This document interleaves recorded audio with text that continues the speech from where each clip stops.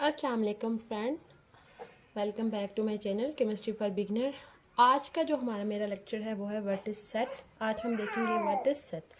Set basically चीज़ों की collection को कहा जाता है। सेट बेसिकली कहते हैं collection of things, collection of object. जैसे आप देखें कि अगर हम वर्ड यूज़ करते हैं टीम, टीम जो वर्ड है इसको यानी कि सुन के हमें ये पता चल रहा है कि टीम में देखिए चीज़ों की कलेक्शन शो हो रही है। उसके अलावा आप देखें ये वर्ड है ग्रुप। इस वर्ड से भी हमें ये समझ आ रही है यहाँ पे चीज़ों के किसी मजमूए के बारे में बताया जा रहा है। उसके बाद आप देखें क्लास वर्ड है। तो यानी कि ये ऐसे वर्ड हैं जो हमें यानी कि नाम से ही जो ही हम ये वर्ड अदा करते हैं एकदम से ये आइडिया आता है कि यानी कि ये बहुत सारे चीज़ों के बारे में हमें बता रहे हैं।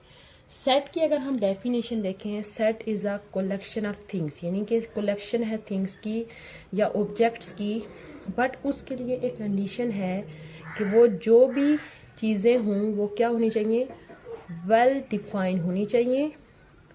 और दूसरी कंडीशन क्या है, डिस्टिंक्ट होनी चाहिए।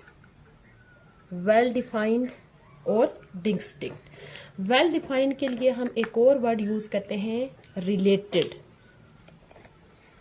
रिलेटेड थिंग्स, रिलेटेड थिंग्स, यानी कि अगर हम सेट की डेफिनेशन करें, set is a collection of well defined and distinct things या ऑब्जेक्ट। यानी थिंग्स या दूसरी चीज़ क्या है, ऑब्जेक्ट है। अब हम एक एग्जांपल लिख लेते हैं जिससे थोड़ा सा सेट का जो कंसेप्ट है वो मज़ीद क्लियर होगा। सपोज हमारे पास एक सेट है 1 2 3 4।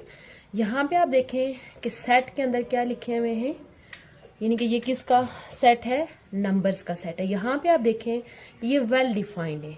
वेल डिफाइंड कैसे है, ये सारे क्या है, नंबर्स हैं और ये सारे एक दूसरे से डिफरेंट है।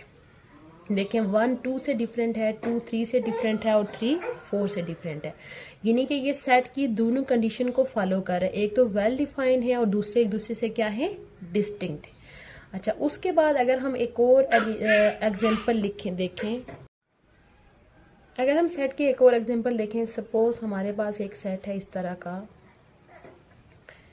यहाँ पे भी आप देखें ये भी वेल डिफाइंड है। वेल डिफाइंड मीन के तमाम जितने भी एलिमेंट्स इसके लिखे हुए हैं वो सारे क्या है, यानी अल्फ़ाबेट्स हैं और सारे एक दूसरे से क्या है, डिफरेंट है। यानी कि ये जो है ये सेट है, ये इसके दोनों कंडीशन को फॉलो कर रहा है, इस वजह से ये सेट है। अच्छा, उसके बाद अगर हम एक और सेट लिखें, यानी कि मंडे, ट्यूसडे,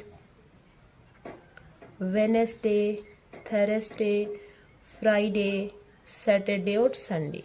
आप देखें ये भी एक सेट है, क्योंकि एक तो ये जितने भी डेज हैं एक दूसरे से डिफरेंट हैं और प्लस क्या है कि ये वेल डिफाइंड है।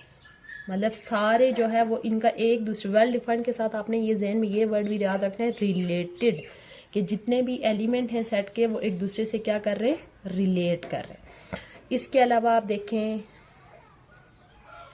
Set of oceans, set of vowel letter in alphabet, उसके अलावा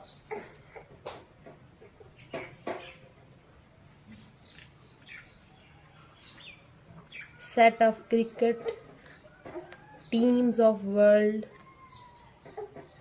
ये जितने भी सेट हैं ये सारे एक तो वेल डिफाइंड हैं, यानी वेल डिफाइंड मीन इनका आपस में, इन एलिमेंट्स का आपस में कोई ना कोई रिलेशन है और एक दूसरे से क्या है, डिस्टिंक्ट है।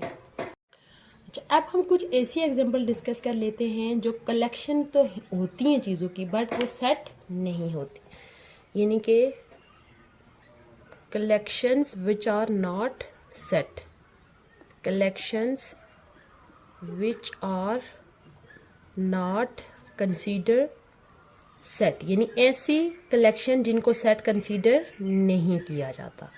जैसे कि सपोज हमारे पास अगर एक सेट इस तरह का हो कि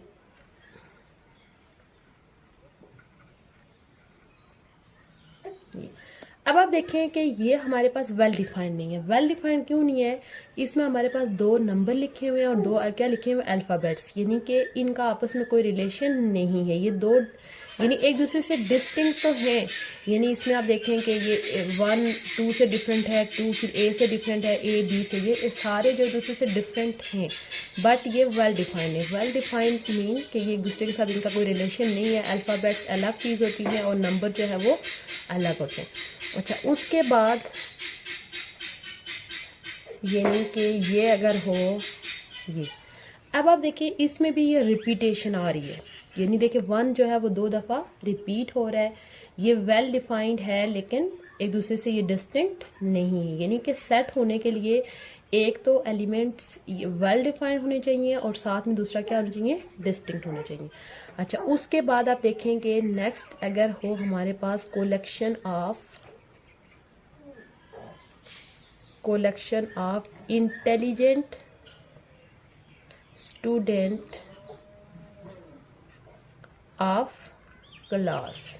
अब आप देखें क्लास के जो इंटेलिजेंट स्टूडेंट होंगे, ज़रूरी नहीं है कि उनका सेट जो है, यानी एक क्लास को तो डिफरेंट टीचर पढ़ा रहे होते हैं, ज़रा डिफरेंट टीचर की नज़र में डिफरेंट स्टूडेंट्स इंटेलिजेंट होंगे। कोई स्टूडेंट जो है वो कोई एक सब्जेक्ट अच्छे तरीके से कर रहे होते हैं, दूसरा उनके लिए डिफ़िकल्ट होता है, इसलिए यानी कि ये चीज़ों की कलेक्शन तो है बट ये वेल डिफाइंड नहीं है। अच्छा, उसके बाद अगर हो कलेक्शन ऑफ टैलेंटेड टीचर। अब आप देखें कि ज़रा एक जगह पे बहुत सारे टीचर्स होते हैं, हो सकता है कोई एक टीचर किसी एक की नज़र में टैलेंटेड हो, दूसरे की नज़र में टैलेंटेड ना हो, तो इस वजह से ये भी जो है वो सेट कलेक्शन तो है बट ये वेल डिफाइंड और डिस्टिंक्ट नहीं है।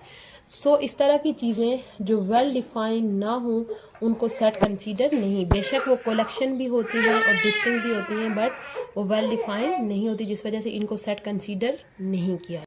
अच्छा, सेट के बारे में हमने जर्नल देखा, अब हम देखते हैं कि सेट को कैसे मतलब जाहिर कैसे किया जाता है। वैसे तो सेट को लिखने के काफ़ी सारे मेथड है, वो इंशाल्लाह हम नेक्स्ट लेक्चर में देखेंगे। जस्ट एक मेन नोटेशन जो सेट की क्या होती है। अच्छा, सेट को लिखने के लिए याद रखें कि हमेशा क्या लिखा जाता है?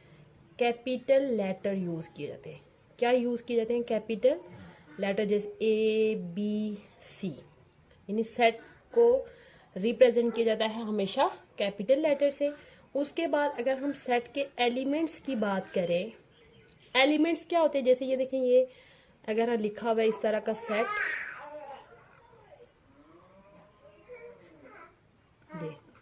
ये सेट के क्या होते हैं?